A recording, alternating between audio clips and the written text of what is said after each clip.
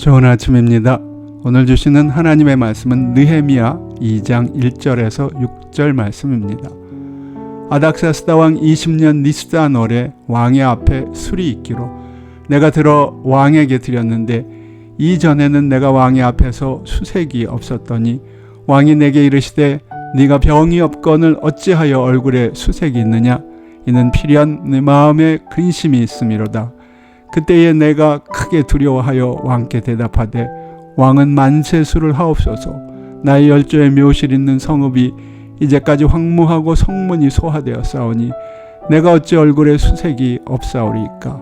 왕이 내게 이르시되 그러면 네가 무엇을 원하느냐 하시기로 내가 곧 하늘의 하나님께 묵도하고 왕에게 고하되 왕이 만일 줄기하시고 종이 왕의 목전에서 은혜를 얻었사오면 나를 유다 땅 나의 열조의 묘실 있는 성읍에 보내어 그 성을 중건하게 하옵소서 하였는데 그때의 왕후도 왕의 곁에 앉았더라. 왕이 내게 이르시되 네가 몇 날에 행할 길이며 어느 때에 돌아오겠느냐 하고 왕이 나를 보내기를 줄기하시기로 내가 기한을 정하고. 오늘의 제목은 왕의 관심과 호의를 얻는 법입니다. 우리는 종종 누군가의 관심과 호의를 얻으려고 노력합니다. 누군가의 호의를 얻는 것은 우리 삶에 큰 이득이 될 수 있기 때문입니다. 여러분은 그렇게 누군가의 관심이나 호의를 얻기 위해 노력한 적이 있으십니까? 또 누군가의 호의를 얻어야 하는 분들에게 해주고 싶은 제안이 무엇입니까? 우리는 오늘 본문에서 이런 질문에 대한 영적인 힌트를 얻습니다. 느헤미야는 예루살렘에 대한 소식을 듣고 크게 슬퍼했습니다. 유배지에서 돌아온 사람들이 큰 곤경과 수치를 당하고 있었고요. 예루살렘 성벽은 무너지고 성문은 불에 탄 채로 남아 있었습니다. 하나님의 도성에서 쫓겨난 많은 유대인들처럼 느헤미야도 하루속히 그 성이 회복되어 하나님의 영광이 다시 회복되기를 원했습니다. 그리고 그때가 되면 그도 예루살렘으로 돌아가기로 마음먹고 있었던 것입니다.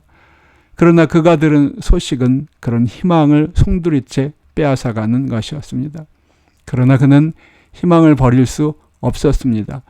예루살렘의 회복과 그곳으로 돌아가자 하는 소망을 버리는 것은 자기 목숨을 버리는 것과 같았기 때문입니다. 많은 유배지에 있는 유대인들이 자신과 같은 감정을 느낀다는 것을 그는 잘 알고 있었습니다. 그래서 그는 그 희망에 다시 불을 붙일 수 있는 일을 하고 싶었습니다. 그렇지만 그가 무엇을 할 수 있을까요? 그는 그저 왕의 술관원에 불과한 사람이었습니다. 그렇지만 왕의 은총을 받을 수만 있다면 문제는 달라질 수 있습니다. 하지만 어떻게 그럴 수 있을까요?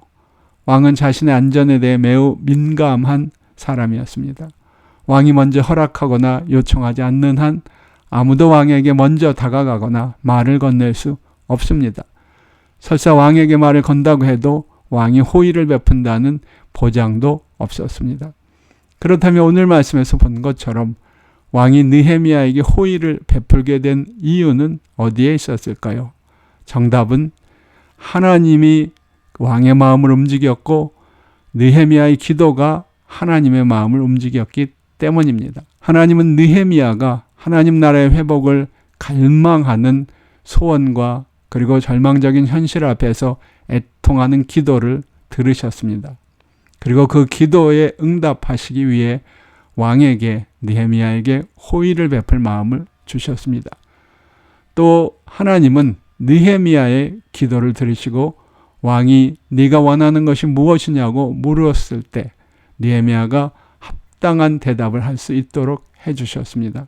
더 나아가 하나님은 왕은 물론 왕비에게 느헤미야가 고향을 사모하는 마음을 좋게 보는 사랑과 긍휼의 마음을 주셨습니다. 이처럼 하나님이 역사하신 결정적인 순간마다 우리는 느헤미야의 기도가 하나님 앞에 드려지는 것들을 볼 수 있습니다. 혹 어떤 분들은 그런 것은 지나치게 주관적인 생각 아니냐고 물을 수도 있을 것입니다. 여러분은 어떻게 생각하십니까? 그러나 느헤미야서는 아주 분명하게 기도야말로 여전히 하나님의 마음을 움직이는 가장 큰 힘이라는 사실을 증명해주고 있습니다. 기도는 여전히 왕들, 더 나아가 왕중 왕대이신 하나님의 관심과 호의를 얻을 수 있는 가장 파워풀한 방법입니다. 저 개인적으로 또한 기도를 통해 수많은 은혜와 기적을 경험했습니다.